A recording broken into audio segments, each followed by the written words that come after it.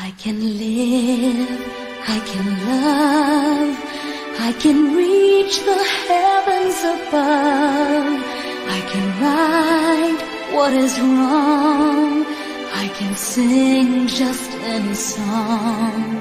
I can dance, I can fly, and touch the rainbow in the sky. I can be your good friend. I can love you until the end.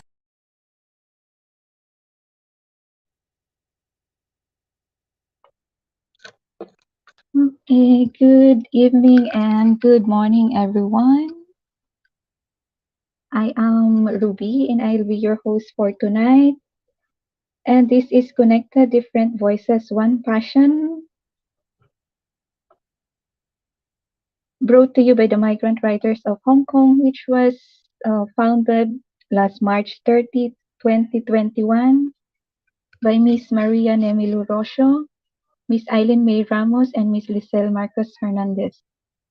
Migrant Writers of Hong Kong is a social media platform that aims to connect migrant workers, poets, artists, storytellers, and authors around the world. It allows members to share and learn about literature and art. Migrant Writers of Hong Kong features different challenges and segments that motivates every member to write and share their compositions and works. Every Monday is the Monday prompt, wherein the members are given different themes to share their poems and stories. And we also have the Monday on the Spotlight, featuring writers and poets sharing their stories and life experiences. Every Tuesday is the Creative Tuesday Challenge, in which we feature various artists sharing their artworks as an inspiration in writing. This challenge is being presented by Miss Divina Orpilia Molina, one of the admins of the group. Every second and fourth Wednesday of the month, we have Connected Different Voices, One Passion, in which we connect to multi-talented and diverse international poets, writers, and storytellers, delving into their works and achievements and learning from their experiences.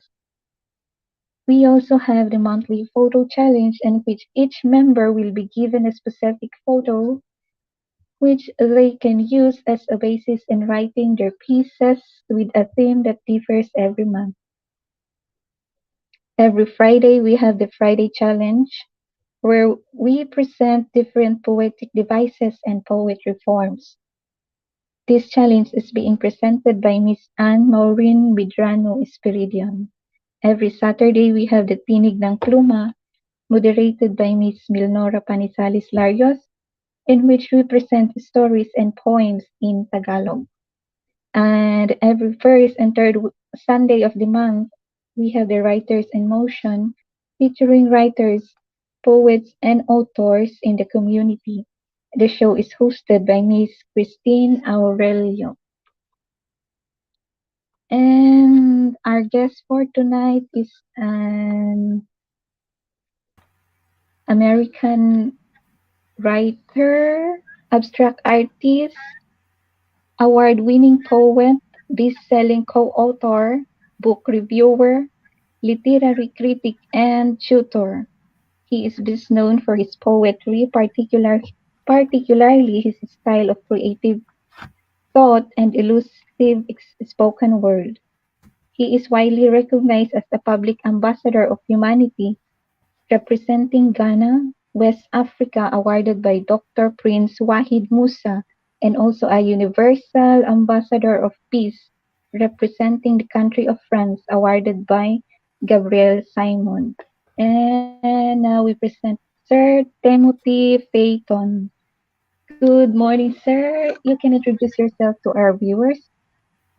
Yes, good morning, good afternoon, good evening, wherever you are right now watching or will be watching.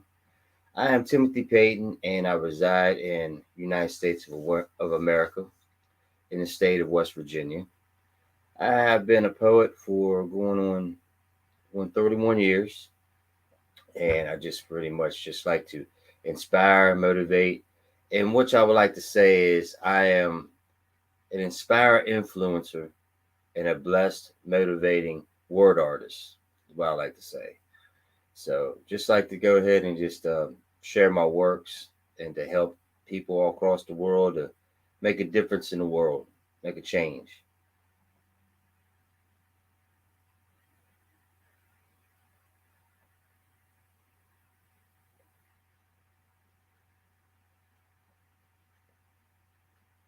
Think you're mute there. Sorry, sorry. Our first question is, when did you first realize you wanted to be a writer or a poet, and what inspires you to become one? Oh, the very first time I realized I wanted to be a poet or a writer, actually, I was 15 years old, and there was this girl I had that was actually my best friend, but I actually had a crush on her. So I believe it or not, I went ahead and I listened to this song, and I think the group name was called the Puppies. It was back in the early '90s, and my brother, God rest his soul, Danny Chapman, that was my brother here. Um, he had told me one time, if you want a girl to like you, you make her laugh. But if you really like a girl and you want her to like you write her a poem. So I remember those key words, and I went ahead and I listened to this song and these lyrics. I can't even remember what they were, but I went ahead and I wrote out the lyrics. So I wanted to go ahead and get a reaction out of her to see what would happen. So the reaction paid off. She was wild about it and everything. I'm like, oh, okay. So this time I'm gonna write a poem how I feel about her. And I went ahead and I did it. And it was all lovey dovey type of stuff, love stuff, how it all started. And it really like wowed her. She was like, oh my God, this is how you feel about me. And it started out like this, but then it ended up taking on a life of its own. And then eventually it just evolved into a therapeutic piece. So I would go ahead and I would write whenever I was going through something, I felt something, uh, and it just kept growing and kept going and going and became its own child to a point to now. I went ahead and I just write to try to help and inspire people. It went from lovey dovey to inspiring and helping people. And I just see it as if I can touch and help one person, then my job's done. That's what it's about. So that's pretty much right now. It is to help inspire, motivate what I write. Oh, thank you for that. So, I'm sure even the viewers wonder, can we ask who is the girl? Yes. Her name is Andrea. Oh, I Uh, see. yeah, her name is Andrea. Um, we still are friends. You know, we're still friends. Oh, that's good that you're friends with your first love. What's that? It's good that you're still friends with your first love, sir. Yes, yes. Next question. Have you ever read something, or what book did you read that changes your thoughts about arts and literature? Mm. Well, I'd have to say what I like to read is like knowledge books, self help books. Um, but I would have to say I had read a book that helped me change about my life. But when it comes to like arts and literatures and things like that, I'd have to say reading reading a book here. There's a book that I had read. It's called oh man, it just ran away from me. Um well, one thing was for certain. One thing that really changed my aspect and a lot of people may not realize it, or maybe some people have, is the Holy Bible. The Holy Bible is, believe it or not, it's a very, very poetic book. It's truthful, has a lot of truth in it, and I feel us as poets can be the voice of the voiceless.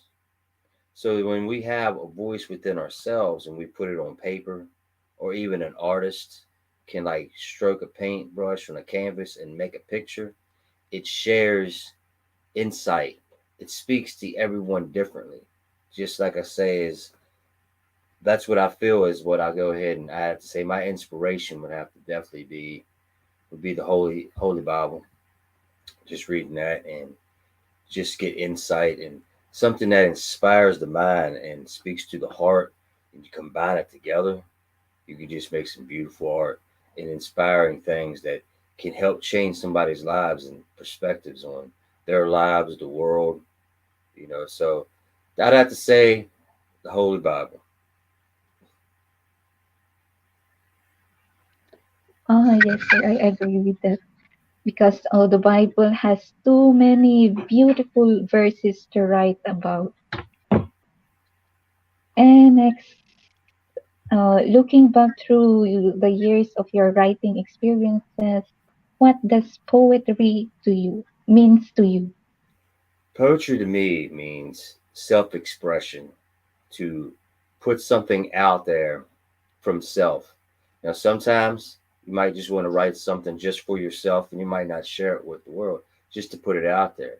But poetry to me is, like I say, voice for the voices, inspiration, motivation, word art, to capture something from within and felt from here and put it out there for to change the world, to change the minds and the lives of so many people.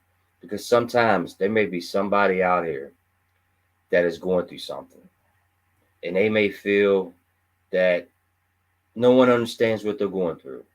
No one feels or understands what it's like. But there may be someone close to them all the way across the world that could go ahead and just write something, and this person reads it and it just blows their mind. They're like, wow, it feels like they're speaking to them. And that's the thing of it is I also believe when we write, we should write from self. And I also believe that simplicity is the best. Not to use these big, elaborate words so that somebody has to Google something on what does this mean? And there's poets out there that will tend to elaborate on very big words to try to sound smart or try to get the attention of people. But you want to go ahead when you read. You want to not be frustrated by what you're reading.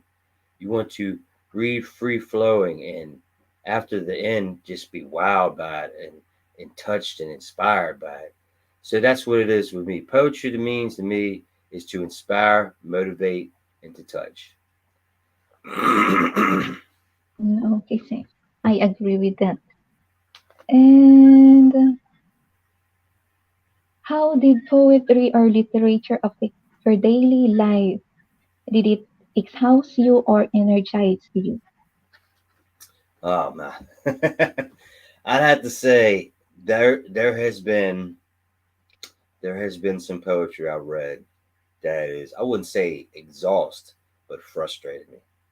I would be a little aggravated sometimes when reading some poems, and that's the thing. What I was saying is, poetry should energize and motivate and just give you this feeling of like aha or upliftment, or to bring you into a place where it makes you change for the better, to inspire to become better.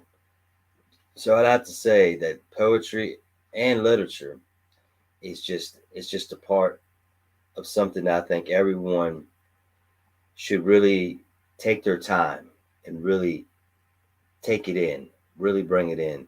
But yet there is sometimes where let's just face it, there's some poems that's just all over the place. they're just throwing lines together and throwing some things together. And sometimes I'm like, what is this? So there has been some times when I read that I didn't even get through sometimes a book. Sometimes I read some poetry. I couldn't even get through a poem because it just couldn't follow it, or it just aggravated me, and I just stopped reading it. And that's the thing too, is sometimes people may not realize, but you can have one reader that could read something and it makes them feel aggravated, and then you just lose yourself a reader, and somebody just may see that you may be posting up on Facebook or IG or wherever have you, and they're just gonna look over you. So it's just a matter of capturing your audience, your readers, so that way when they do capture your work, you want them to come back for more. You want them to be like, really love what you're putting out there, and to make a difference in someone's life. So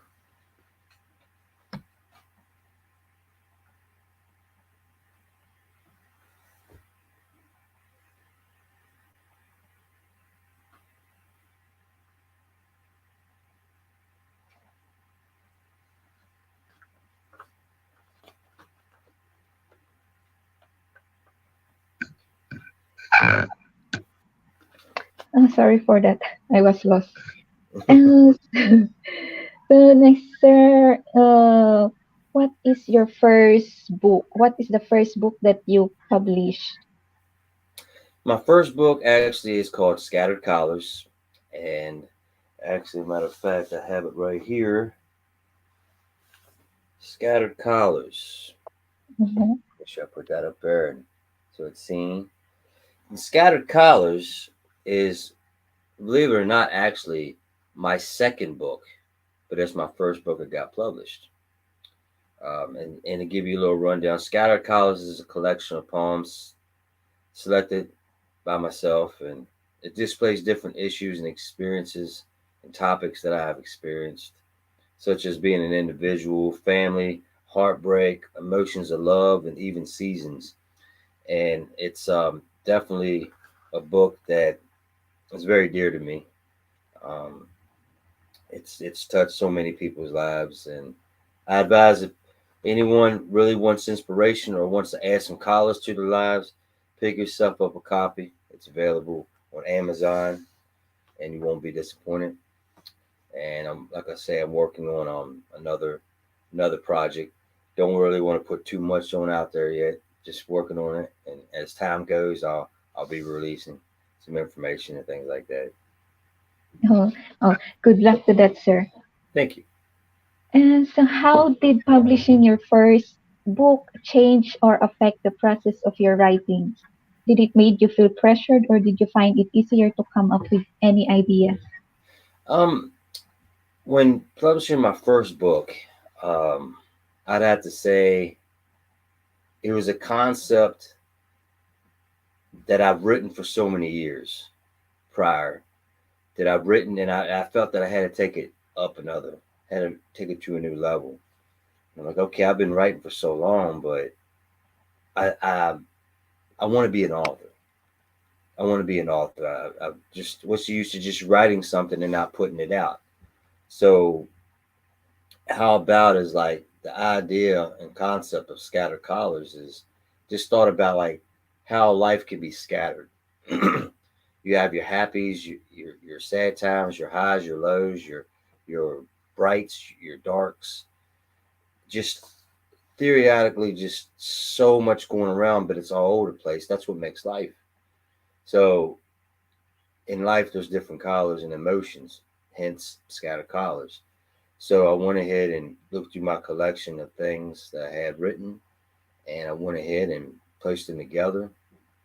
And once the scattered collars came about and became a fruition, it really gave me an insight on how much your words and your work can affect people.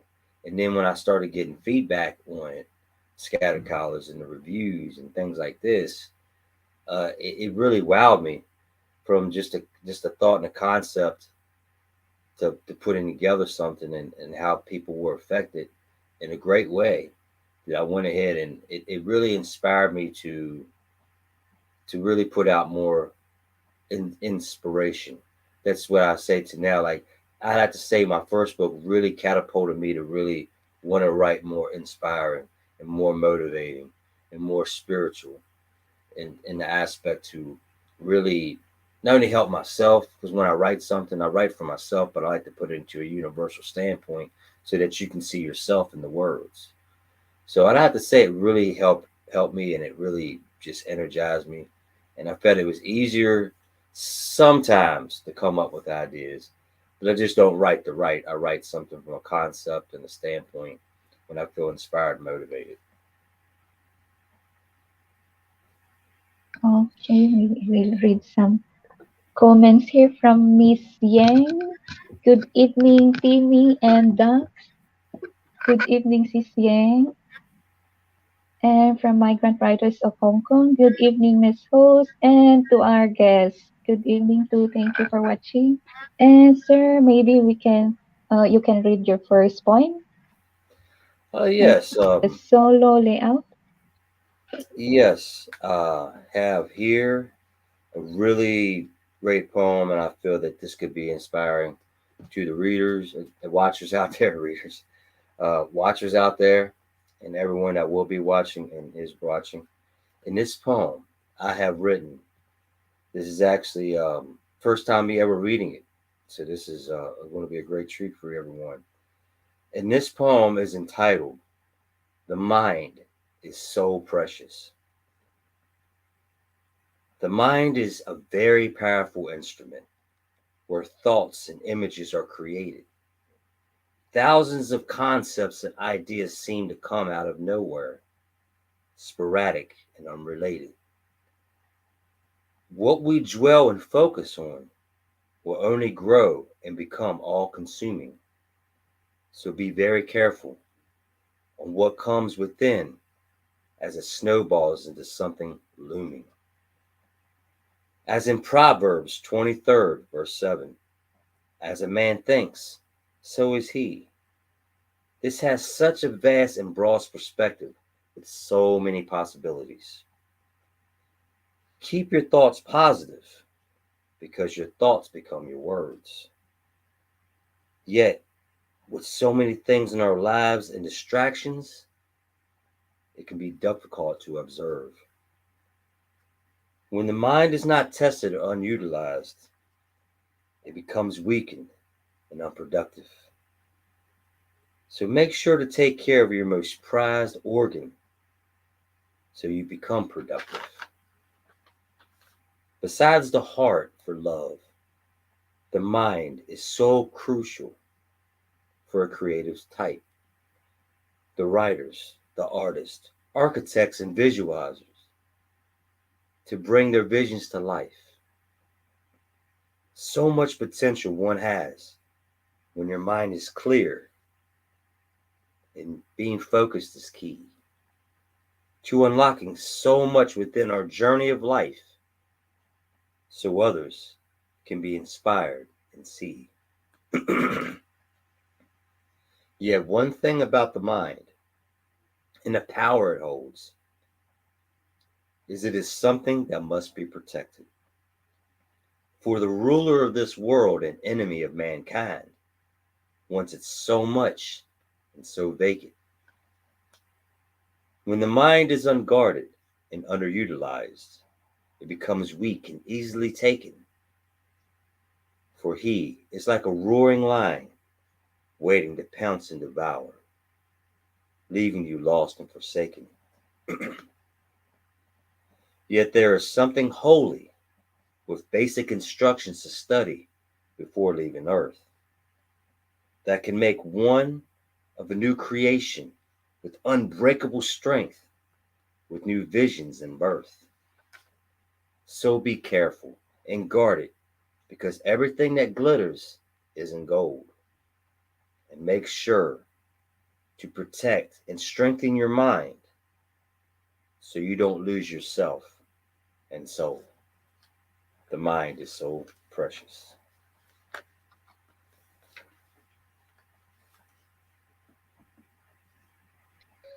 Oh, thank you for that, sir. Your poem is the words are very powerful and enlightening.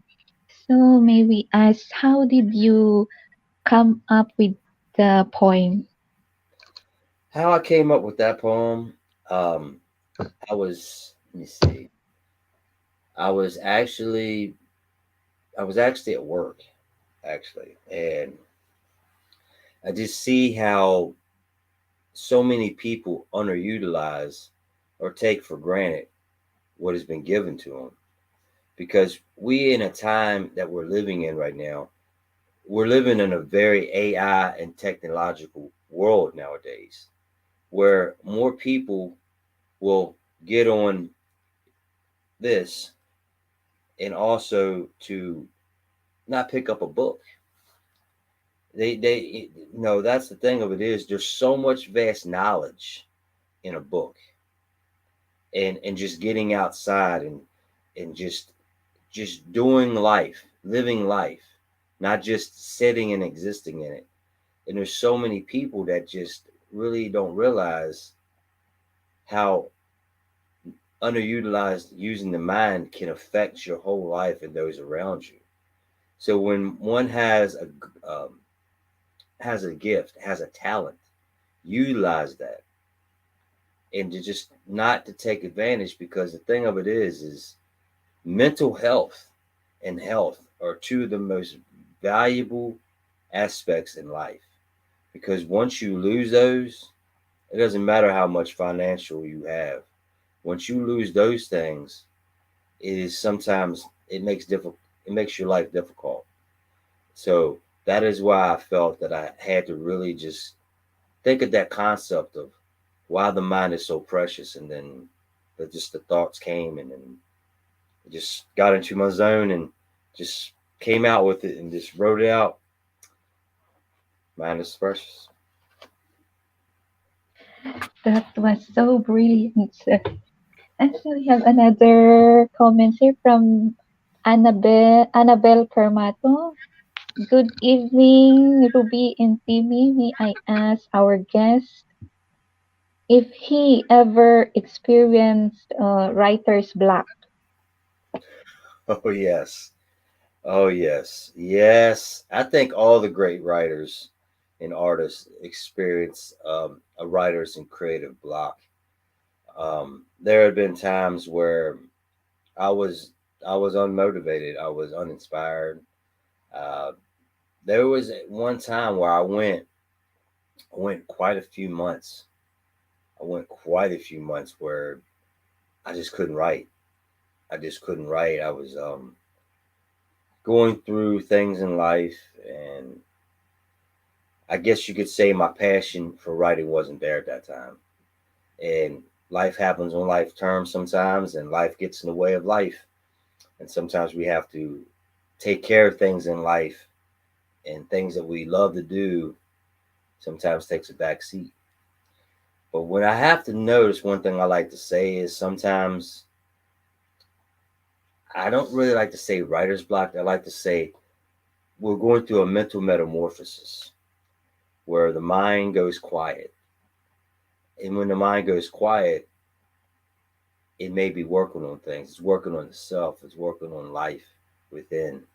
So I would say that when I went ahead and went through this, then the creative gates per se came opening up. I noticed each time that I would come back to writing, it would be much more impactful, much more powerful. So it did mess with me for a while. But then when I see that I go through a quiet time, I know that something's working. So when I do come back and write something, it's going to be great. It's going to be something that um, I don't know what it's going to be, but it's going to be something great. So it took me a little while to get used to it, but now it's to be adapted to, not to work too much, but to go ahead and just go with the flow, because you never know through the time of you being blocked, something may come in life and hit you with inspiration to write something new. Yes, sir, I agree. So next is, what are the setbacks or challenges you experience throughout your writing and poetry journey? Or what are the knowledge or strategies you have learned from it? Oh, well, I have to say, I think it comes back to what I was saying. Sometimes in life, you have things that happen in life. You could, have a death of a loved one. You could lose something. You could lose a job. You could just kind of lose your way. Um, but all things happen for the reasons. And sometimes I believe that the Almighty will take us out and take us back for us to really look into a perspective that not asking why is this happening to me, but ask yourself, what are you trying to tell me? What is it that is happening right now? Not to dwell, but to look inward, to have an understanding for the out. We may sometimes may not be able to understand what's going on around us, and we might not be able to control what is going on outside of us. What we have control is what's inside. So when we ourselves find what we need to find out inside, we find the answers. And sometimes during these challenging times and setbacks, and we're going through the motions, these could give us inspirational tools to use our challenges in the right amount, or to show an example of, this is where I was. And then you could put it into a perspective of poems or a book and express it out when you are back on. So that way somebody else may be going through a similar setback or a similar challenge.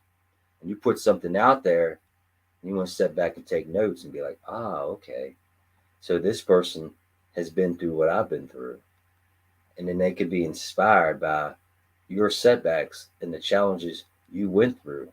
So that way you can help the next person overcome their setbacks and challenges. So I'd have to feel that's my knowledge and strategy about it, because of the fact that we're all going to have our ups and downs. We just got to find the in betweens of the means to use it to our advantage. So talking about the setbacks and challenges, what topics do you think is the hardest to write about and why? What are the hardest ideas of poems I have written? Or what topic do you think is the hardest to write about? Well, there are certain things I will not write about. I don't get into politics. I don't get into that. I don't get into religions, because each belief is their own, and also they're huge fire starters, argument setters, and things. So I stay away from that. But I'd have to say, believe it or not, it's the easiest yet hardest, and I have to say is writing about self. Because the thing of it is there's certain things that we feel freely that we can express from within, yet there are certain things that we don't want to talk about and we want to keep within. Yet sometimes I feel that when we have things inside that we don't want to talk about, that might actually be the thing to talk about. Because there may be some people out here that, like I say, may be going through something similar that you're going through, and you feel like, well, no one understands, or I don't really want to put myself out there. But let's just be real. When we write from ourselves, that's very personal. So for someone to put something very personal out there, that's very brave. It's very brave, because that's a vulnerability to go ahead and to put out there. So I feel that could be the hardest part, is not only to write it out, but to put it out there.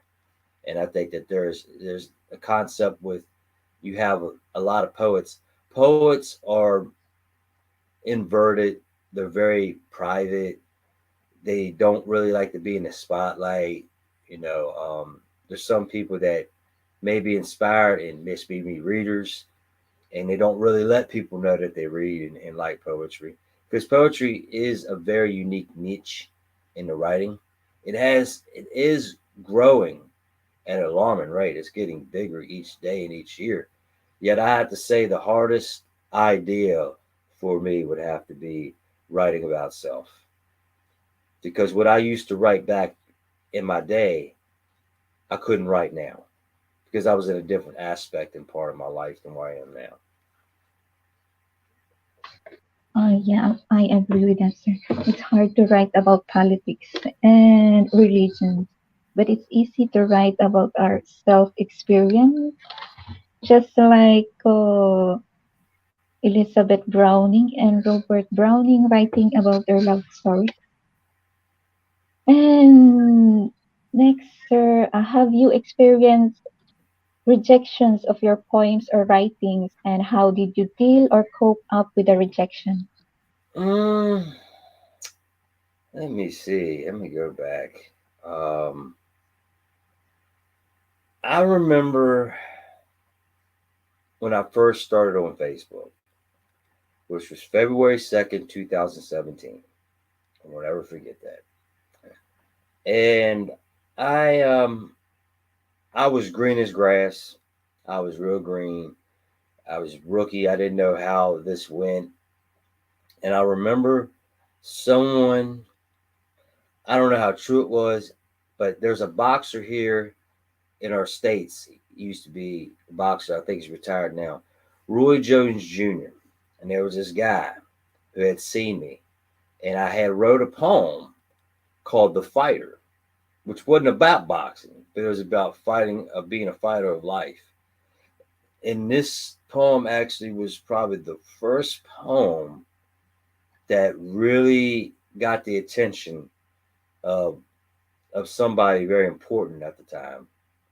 Where before Facebook did the boastings and stuff like that, this guy used to actually do this before they do the boasting. So he had a whole bunch of outlets. He had like connection of like 300 to 500 like sites. So I went ahead and I inspired this man. Um, we'll just say his name's Chris, because he's very private. And one of his associates and peoples that he knew apparently knew Roy Jones Jr. personally. So he wanted me to write this poem, but he didn't want me to write my name on it, which at the time I felt kind of, I was like, okay, because he wanted to present it to him and this, that, and the third. But I sent it to him. I don't know where I didn't hear from him anymore. I didn't hear anything about it. So I'd have to say is, I don't know if I'd be considered a rejection, but at that time, how I dealt with it, I kind of felt duped. I kind of felt like, because people can talk a real good game. Sometimes they can talk a real good game and make them sound like they're official and everything like that. But I had learned that be careful on what you put out there, because there may be people out here that may not have the best interest of you in the heart and can take advantage of really inexperienced writers, let's just say per se. So I would go ahead and just say that the first 6 months of me coming in, I believe it or not, and this might be a little off topic, but let me say, when I first came into poetry, I didn't know they had awards and certificates and they had groups and things like that. I was like kind of like mind blowing. And I also didn't realize that there's certain people that have egos. And I'm like, really? So it was really a wowing experience for me. But yeah, when I first came in, I just came in, and if you was a poet too, I'd want to work with you and everything, but you gotta be careful, because sometimes people, like I say, might not have the best interest in heart for you, might take advantage of you. Yeah, that's definitely. So talking about that, sir, have you ever regret publishing or sharing your poems or book publicly? Yes, I think there's yeah, yes. there has been some times. Um, there's been some times where when I first came on Facebook, like I say, I used to actually, believe it or not, my first book, which it's the first book but never got published, but it was called Rambling Memoirs. So I had a concept. I'm like, okay, I'm not going to type up my poems. I'm going to read them live because I was afraid that I put my poems out there. Because before that, for 27 years before that, I would not share my poems with really anyone.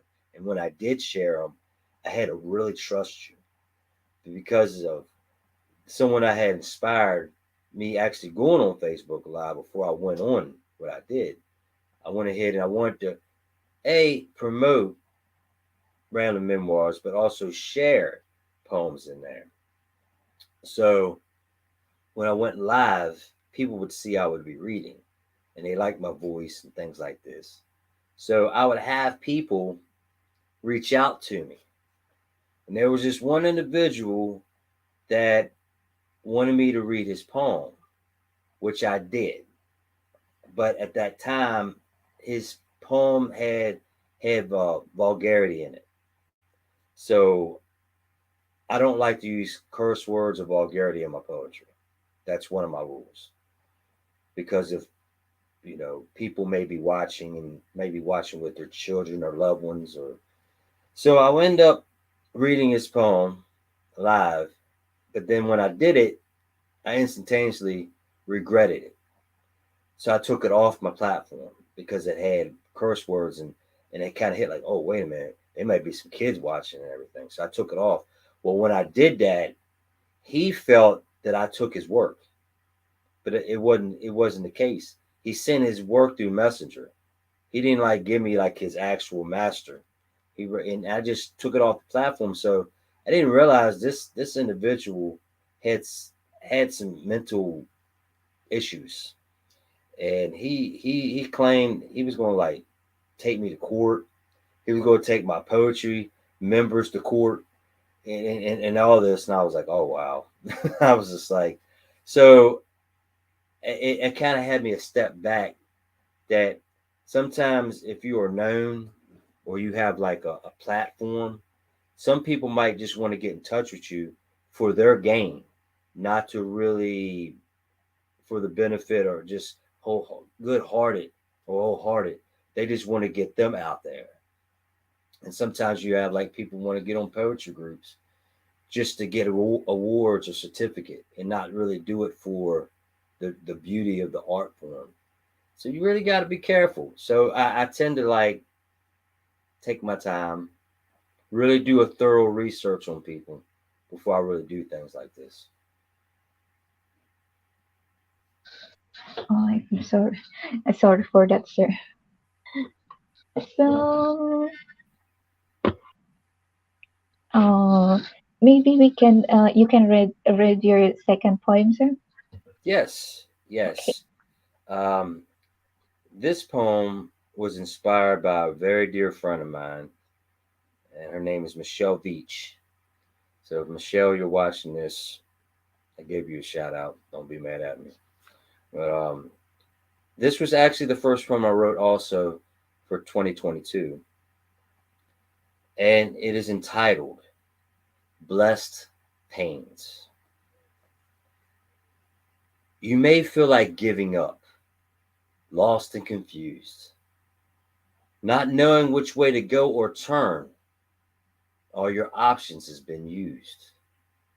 Feeling you're alone, nobody cares or have anyone to talk to. Trying to stand and stay strong, not trying to break down or fall through. Feeling the punches of life hitting you from all sides, taking you down. Anxiety and stress rushing through your veins, needing relief so profound. What doesn't kill you will only make you stronger, is the old saying. Yet, just like coal, with enough pressure, becomes a diamond in the making. Always remember, God It's not done with you yet through this journey you're on. It can feel so difficult and hopeless, leaving you drained and so torn. It's when you're down rock bottom, you're back against the wall. You must begin. In your darkest and weakest moments, to dig deep and find the strength from within. In your most vulnerable times, you have a choice.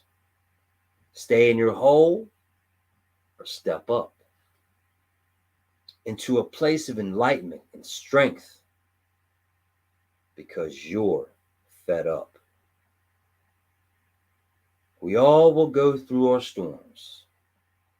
So weather through the rain so that you'll reign and turn your ugly into something beautiful from your blessed pains. Blessed pains.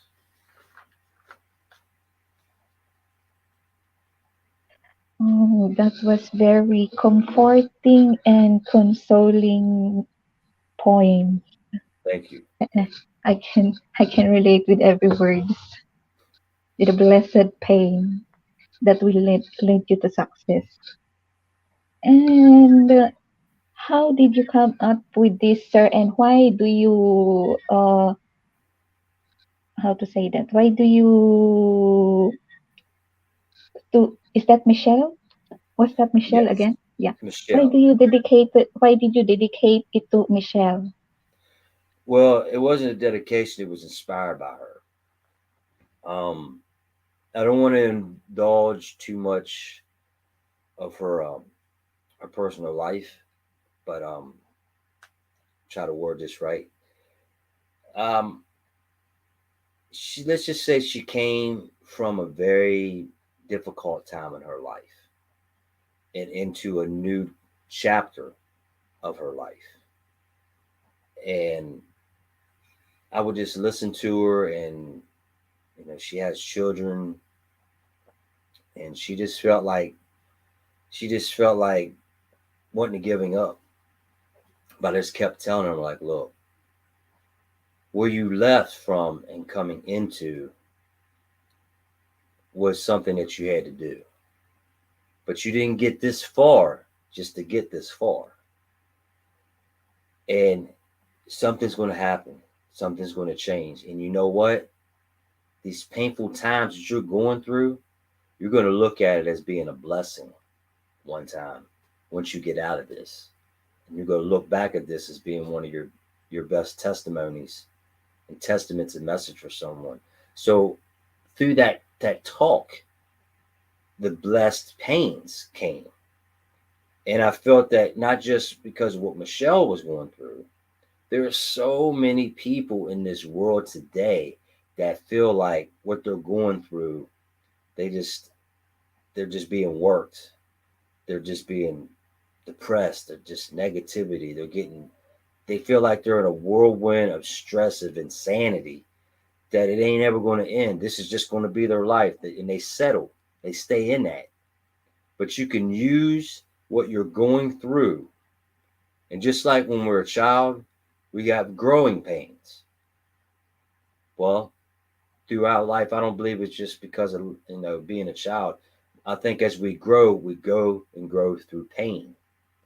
So when we go through that painful time, and once we get out of that painful time, it turns into a blessing.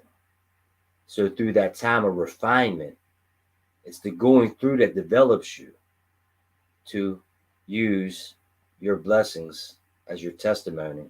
Hence, blessed pains. Yes, I agree, sir. Life is never an easy journey. We just need to cultivate every pains and negativities into positivities. Yes, absolutely. So, as a representative of many platforms or As one of the best-selling authors, in your opinion, what makes a poem or a story good? Storytelling. Storytelling makes a story and a poem good. You want to have it as such. It's like, think of it like this. When you're walking down the street or you go into a store, what's one thing that'll really get somebody's attention? What grabs their attention in the store? It could be in the window, it could be a dress, it could be clothes, it could be a poster, it could be something that grabs the attention, hence the reader.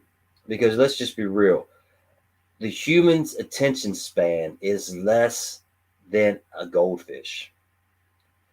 You must grab the attention of a person within 5 seconds. It might even be lower than that now. But a goldfish attention span is 6 seconds. So a goldfish actually has more attention than a human. And that's kind of funny. But what it is that you want to, I would have to say, the title. The title can really play a really big part.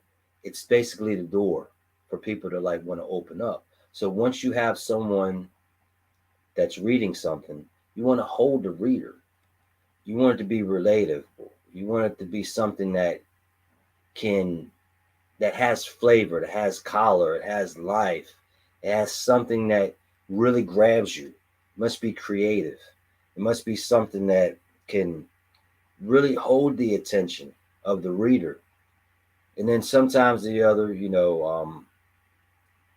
people don't like to read. So if it looks like it's long, it might even scare them away. But you want to like grab the reader, have it in a good stance that, okay, but then at the end of it, you have them wowed or like, whoa, or like, that was good, and have the person, whenever the poet or the author has their reputation of putting things out there, as soon as they know that person, that Dean Koontz or that Stephen King or what, just to throw some names out there like that, they already know that when they read this, it's going to grab their attention, just like with the poet. Um, to get something out there, you got to have a good. It's got to have a good story. It's got to be felt. Yeah, I agree with that. Reading should be filled with emotions. Absolutely, yes. And among all your poems or books, which do you think is the best you have written? Mm. Oh wow. Uh, that's a tough one. That's a tough one. Uh, I'd have to say one of my poems that really got me and it really like opened up a lot was, it was a very personal poem. It was a poem called My Obsession. And the reason why I say this is My Obsession is not a rainbows and colorful poem. It's a pretty deep emotional poem. It was a part of my life where at the time I was an alcoholic, and I actually wrote it from a standpoint of where I was with that alcoholism. And at that time, I was incarcerated, and I actually came out of my cell, went down into out of my pod, and sat down on a table. And the start of it was I'm looking at it here. The start of it was like, it was my lady, it was my friend, it was the beginning of my very end. It was my savior, it was my life. It was making me act so trite, and it just went from there. And it only took me 20 minutes to write this, but I wrote it from a standpoint of my alcoholism. But it turned into a universal point that anyone that has an obsession, that's what it pertained to. And I'd have to say that with that poem, it actually is like helped out so many people because of people having addictions and obsessions and things like this. And there's other ones. There's like another poem, which is not just mine. It was a collaborative piece from an Annette Tarpley, and she's the founder of the poetry group, The Passions of Poetry, or POP. And me and her worked on a collaborative piece called "The Grace of the Stoic Seahorse." That's one of my all-time favorite collaborative pieces, and I really love that one because we went back and forth. Like she wrote 2 lines, I wrote 2 lines, back and forth, back and forth, back and forth. And she came to me and she showed me a picture of this seahorse and this mermaid, and they were in the water. And she asked me like, "We're going to write a poetic piece about this," and it took about a couple of hours, but it was fun. And that right there, those are my 2 favorite ones. Yeah. And so, how did you came out with your obsessions?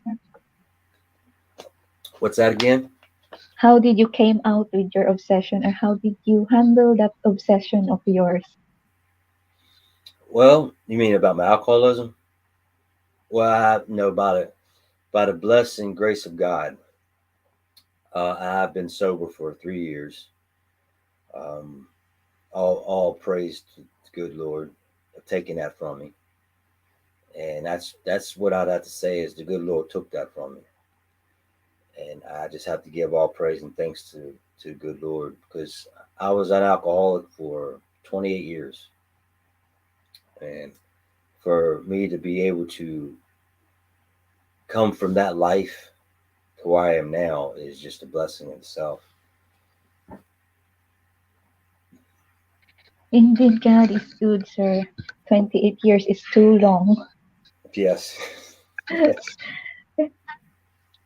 So, maybe our last question would be, what strategies do you use to write, or what do you think are the common traps in writing and how to deal with it? Strategies. I like to say there's many strategies. Yet for those people out there that really want to write something, here's some strategies and tips. Um, think of a title and write that title out, and write everything that you can think of what that title speaks to you about, whatever it may be, and just get yourself and just jot down everything. And everything that you jot down, use that as your blueprint, and just take pieces, just like a jigsaw puzzle. You got your pieces to put in here and there and everything to put together a poem or something you want to speak on. Now, some people may think that a poem has to rhyme. It doesn't have to rhyme. It has to tell a story. It has to be relatable. So if you want to rhyme it, that's great. If you want to free write it, free flow, free writing. Uh, and also the common traps is to try to emulate someone else's work and feel intimidated by somebody else's work because they may have name, they may have followers, whatever have you. But they started out just like you. So don't be intimidated and feel that because my work would never be this way, it would never be that. That's a trap. Don't think that. Don't ever be like someone else. Be the first you. Be the only you. Stay in your lane. Be your own voice. And I'd have to say the hardest part is the hardest part of being a writer is sometimes expressing what you really want to take from in here and put it out there. Because we have thousands upon thousands of thoughts and concepts and whatever have you. But for someone just to think about this, to actually take the actual thought or words from your mind and to actually put it out there from how you feel is much easier said than done. Because sometimes we can, it's like, when the wind blows, you can feel it, but you don't know which way it's coming. That's sometimes how it is with thoughts. You have this thought and it's there and you can feel it, but how to express it sometimes can be so difficult. Like we know how something may be feeling, but to put that feeling in words or expression is probably the hardest. And the mistakes I would have to say is, and I'll say this right here, do not ever use somebody else's work as your own. It can detrimental to your name. It can destroy you. It can tarnish your reputation. Take inspiration from something you write and make it your own, but do not use somebody else's work. Do not do that, especially if it's copywritten, because if you take somebody's stuff that's copywritten, you possibly get sued. So I'd have to say that's some strategies and tips. Okay. Thank you for that, sir. So do you have more anything to say, or you want to publish something? Yes, I'm working on a very very beautiful book right now. I don't really want to like put out the title yet, but it's going to be inspiring, motivating, and highly spiritual works. But I'm actually thinking of this one to not just turn it into a poetry book, but to self-reflective points of view, maybe like put a backstory behind the poem with the poem that's going to be. So that's kind of the concept when I'll go with this. So, yes. Okay, good luck with your next project, sir. And in behalf of the migrant writers of Hong Kong, we thank you for accepting our invitation to be in our segment. Thank you, sir. Thank you for having me on. And I yeah, greatly appreciate this. It was my pleasure. thank you. And so